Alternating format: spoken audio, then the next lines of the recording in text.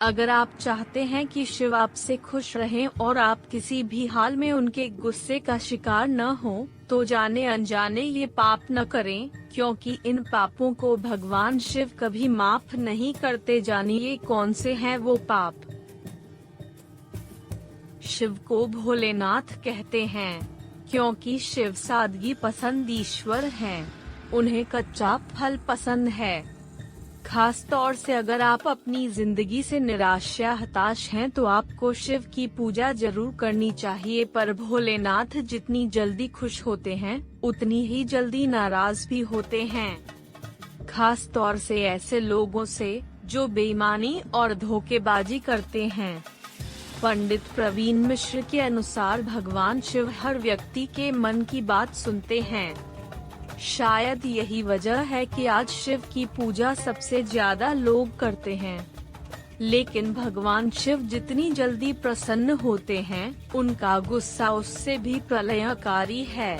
पंडित प्रवीण मिश्र ने बताया कि शिव पुराण में कार्य, बात, व्यवहार और सोच द्वारा किए गए कुछ पाप वर्णित हैं, जिसे भगवान शिव कभी क्षमा नहीं करते।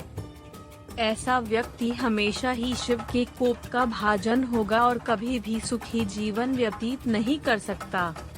आपने सुना होगा कि ऊपर वाले से कुछ छुपा नहीं होता।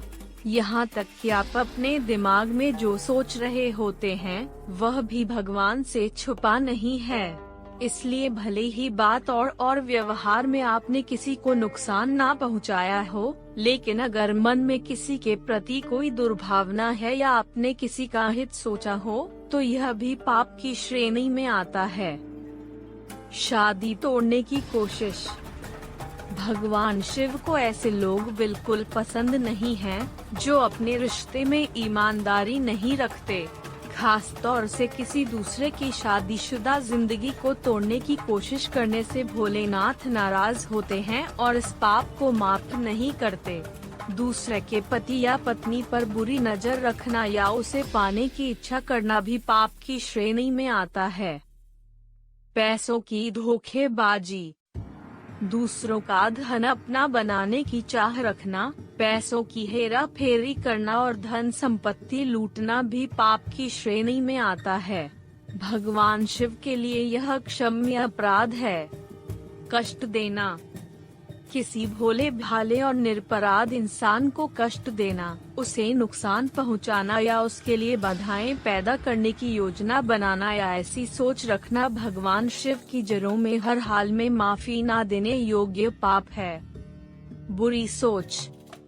शिव पुराण के अनुसार जिस प्रकार आप किसी का बुरा नहीं करने के बावजूद उसके लिए बुरी सोच रखने के कारण भी पाप के हकदार और दंड की श्रेणी में आ जाते हैं, उसी प्रकार भले ही आपने अपने कार्य से किसी का बुरा ना किया हो, लेकिन आपकी बोली अक्षम्य पापों का हकदार भी बना सकती है।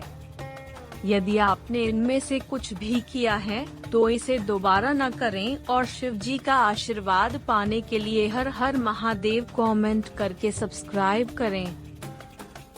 गर्भवती महिला को कुवचन। किसी गर्भवती महिला या मासिक के दौरान किसी महिला को कटु वचन कहना या अपनी बातों से उनका दिल दुखाना शिव की नजरों में अक्षम्य अपराध और पाप है। नुकसान पहुंचाने के लिए झूठ बोलना। किसी के सम्मान को हानि पहुंचने की नियत से झूठ बोलना छल की श्रेणी में आता है और अक्षम्य पाप का भागीदार बनाता है। अफवाह फैलाना। समाज में किसी के मान सम्मान को हानि पहुंचाने की नियत से या उसकी पीठ पीछे बातें करना या अफवाह फैलाना भी एक अक्षम्य पाप है।